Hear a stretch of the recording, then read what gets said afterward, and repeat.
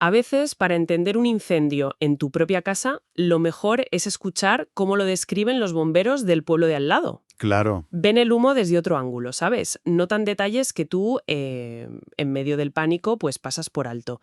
Hoy, nuestro bombero es uno de los periódicos más respetados de Irlanda, The Irish Times. Y el incendio que analiza tiene varios focos, todos localizados en la sede del partido que gobierna en España. Exacto. Y ojo que no es un bombero cualquiera. The Irish Times es un periódico fundado en 1859 con una historia larguísima. Una trayectoria impecable. Y diría que, quizás por la propia historia de Irlanda, tienen un olfato muy fino para detectar esas contradicciones entre el poder y la moral pública. No es un medio que se ande con chiquitas. Para nada. Estamos hablando de una influencia masiva. Casi 1,5 millones de lectores cada semana, más de 140.000 suscriptores de pago.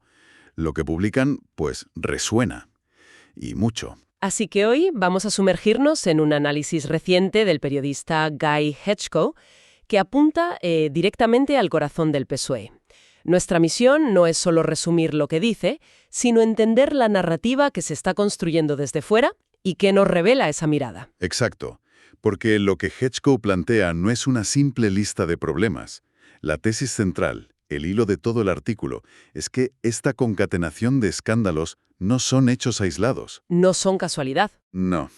Están, y cito textualmente, sacudiendo al asediado gobierno de Pedro Sánchez. Y lo que es más importante, generando un profundo malestar dentro de las propias filas del partido. O sea que el análisis no se queda en la fachada. No, no, para nada.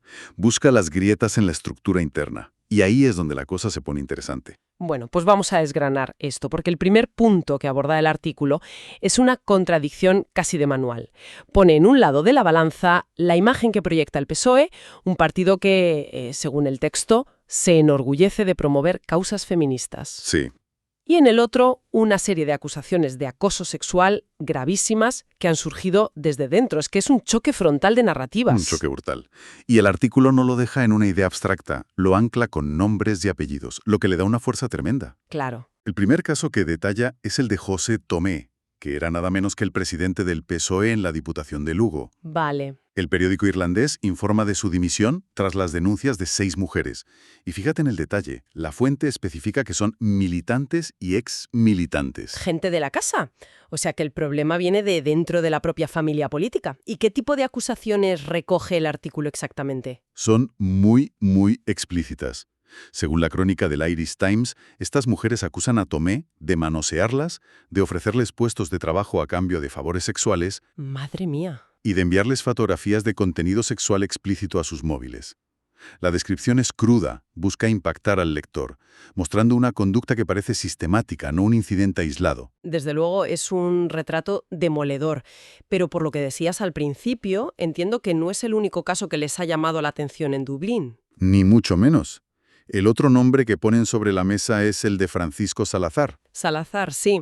Y aquí el artículo subraya su estatus para que se entienda la gravedad del asunto. Lo describe como un estrecho aliado y asesor principal del presidente Sánchez.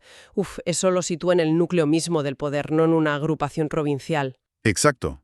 Según el texto, Salazar fue forzado a dimitir el pasado julio por quejas reiteradas de acoso de varias compañeras. Espera un segundo, y aquí es donde se pone realmente interesante. El periódico destaca que, al parecer, el partido tardó varios meses en contactar con las mujeres que habían presentado las denuncias. Meses. ¿Meses? Eso ya no suena a un problema de manzanas podridas, como se suele decir. Suena a un fallo sistémico, a una negligencia casi deliberada. El artículo explora por qué ocurrió esa demora. ¿Da alguna pista? No especula sobre el porqué, pero al poner el dato sobre la mesa, lo convierte en el centro de la cuestión. La implicación es clara. El problema no es solo la conducta de un individuo, es la respuesta de la organización. Ahí está. Ese lapso de meses sugiere, como mínimo, una burocracia paralizante o, en el peor de los casos, un intento de gestionar el problema con el menor ruido posible, esperando quizás que se disolviera solo. Claro. Desde una perspectiva de comunicación de crisis, es un manual de lo que no hay que hacer. Totalmente. Porque cada día que pasaba sin actuar, el problema institucional se hacía más grande que el problema individual. Claro. Exactamente. Y la historia, según la narra el Irish Times, no termina ahí. Añaden una capa más de complejidad que refuerza esa idea de un problema sistémico. Hay más. Sí, la destitución del asistente de Salazar, un hombre llamado Antonio Hernández. ¿Vale? La razón que expone el periódico es que Hernández, presuntamente, no solo conocía las acciones de su jefe, sino que las facilitaba y además intentó activamente protegerlo de la investigación interna. Con lo cual ya no hablamos de un individuo, ni siquiera de una respuesta lenta del partido. El artículo está dibujando un patrón de complicidad y encubrimiento. Exacto. Se dibuja un ecosistema que permite y protege estas conductas. La suma de Tomé, Salazar y Hernández, junto con la tardanza en la respuesta del partido, es lo que le permite al periódico irlandés construir ese argumento tan sólido sobre la contradicción con la bandera feminista. Un cuadro demoledor en lo personal y en lo ético. Sí, y muy completo. Pero lo que sugiere el artículo es que esta no es la única grieta en el muro.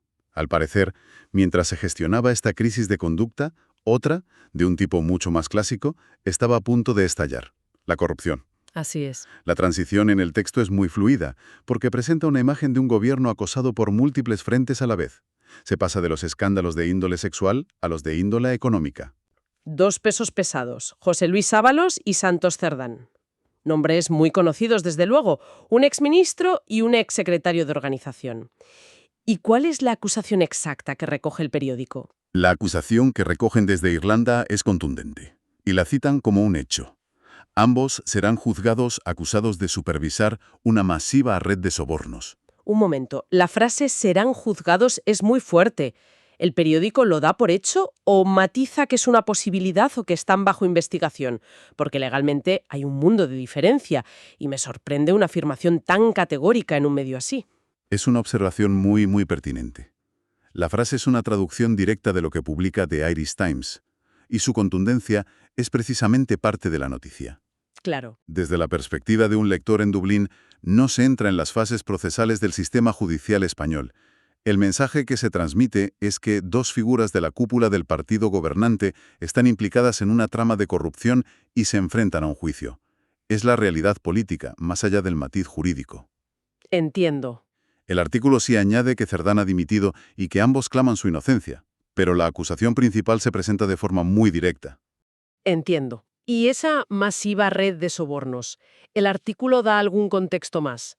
Porque la acusación es tan grande que casi parece abstracta. Sí, y este es un detalle crucial. La trama, según explican, estaría relacionada con la adjudicación de contratos públicos para material sanitario durante la pandemia. Ah, Y ese contexto lo cambia todo. Añade una capa de gravedad social y política que resuena enormemente fuera de España. No es solo corrupción internacional. Claro, deja de ser un asunto interno para convertirse en un caso de moralidad básica. Entonces tenemos este panorama: una crisis moral por las acusaciones de acoso y por otro un escándalo de corrupción de libro con el agravante de la pandemia. ¿Cómo conecta el Irish Times estos dos hilos para llegar a un diagnóstico sobre la salud del gobierno? Aquí es donde el análisis se vuelve más agudo. Lo fascinante es cómo conectan los puntos para dibujar un panorama de una fragilidad política extrema. vale. El periódico no trata estos casos como anécdotas aisladas. Los presenta como síntomas de una enfermedad más profunda que está teniendo consecuencias políticas muy tangibles. La primera conclusión es que se detectan claros indicios de inquietud en las filas socialistas. O sea que el impacto principal que detectan no es tanto el daño a la imagen pública, que se da por supuesto, sino el fuego interno. La procesión va por dentro. Exactamente. El análisis de The Irish Times se centra de forma casi obsesiva en esa erosión interna. El goteo constante de escándalos, según su visión, está generando un nerviosismo y unas dudas profundas dentro de la propia organización. Claro. Sugiere que cuando un partido tiene que dedicar tanto tiempo y energía a gestionar sus propias crisis, pierde el foco, pierde cohesión y sobre todo pierde autoridad. ¿Y esa pérdida de autoridad cómo se traduce en el día a día del gobierno? ¿Cómo afecta la gobernabilidad? Ahí está la conexión final, la consecuencia más grave que señala el artículo. Vincula directamente toda esta inestabilidad interna con lo que describe como el aparente colapso de su mayoría parlamentaria. Entiendo la conexión que plantea, es lógica. Pero, ¿no es también un argumento un poco simplista? Quiero decir, ¿un escándalo de acoso en Lugo realmente hace que un socio parlamentario de Cataluña retire su apoyo a los presupuestos? Es una pregunta excelente, porque toca el núcleo del análisis. El artículo no sugiere una relación causa-efecto tan directa, tan mecánica. No dice, por culpa del caso Tomé, el PNV vota no. Vale. Lo que describe es algo más sutil y probablemente más realista. Un efecto atmósfera. Es una muerte por 1000 cortes, ¿sabes? Un gobierno que parece débil, acosado por escándalos y con problemas de liderazgo moral. Es un gobierno con el que es más arriesgado pactar. Claro, los socios se lo piensan 2 veces. Por supuesto. Los socios parlamentarios, que siempre miran por sus propios intereses, se vuelven más reticentes a atar su destino al de un barco que parece hacer aguas. Pierde capacidad de negociación, pierde autoritas, como decían los romanos. Justo eso, la autoridad moral se evapora. La capacidad de Pedro Sánchez para presentarse como el líder de una agenda progresista y regeneradora queda, según esta visión, seriamente dañada cuando su propio partido está en el punto de mira. Claro. El colapso de la mayoría no es que mañana se rompa la coalición, es que cada votación, cada negociación se vuelve exponencialmente más difícil. La posición de partida del gobierno es mucho más débil. La imagen final es la que usaban al principio, un gobierno asediado. Asediado, pero no solo por la oposición, sino por sus propios fantasmas. Queda clarísimo. Si tuviéramos que pintar el retrato que hace The Irish Times, sería el de un partido sumido en una profunda crisis de identidad. Por un lado, esa contradicción insostenible entre su discurso feminista y unas prácticas de acoso que salen a la luz. Sí. Por otro, la reaparición del fantasma de la corrupción. Y todo esto, como una onda expansiva, no solo daña su imagen, sino que, según este análisis, envenena el ambiente interno y debilita su capacidad para mantener a flote la mayoría parlamentaria. Es la fotografía exacta. Una mirada desde fuera que se centra en la coherencia, en la gestión de las crisis y sobre todo en las consecuencias prácticas sobre la gobernabilidad. No se pierden detalles, va directo a la yugular del problema. La credibilidad y la autoridad. Una perspectiva potente sin duda. Blucho. Y fíjate, todo este análisis tan detallado nos deja flotando una pregunta final muy interesante. El artículo se enfoca, como es lógico, en la reacción interna y en la estabilidad del gobierno. Pero esto abre un debate más amplio. A ver. Cuando una cabecera internacional tan influyente pone el foco sobre los problemas éticos de un partido en el poder, ¿dónde reside su mayor impacto?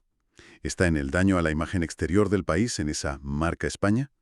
¿O por el contrario, el impacto más profundo es la presión que esta mirada externa ejerce sobre los propios votantes y militantes, actuando como un espejo que les obliga a exigir unas responsabilidades que quizás sin ese foco internacional se habrían demorado mucho más? ¿Qué pesa más? ¿La vergüenza exterior o la presión interior? Esa es la pregunta.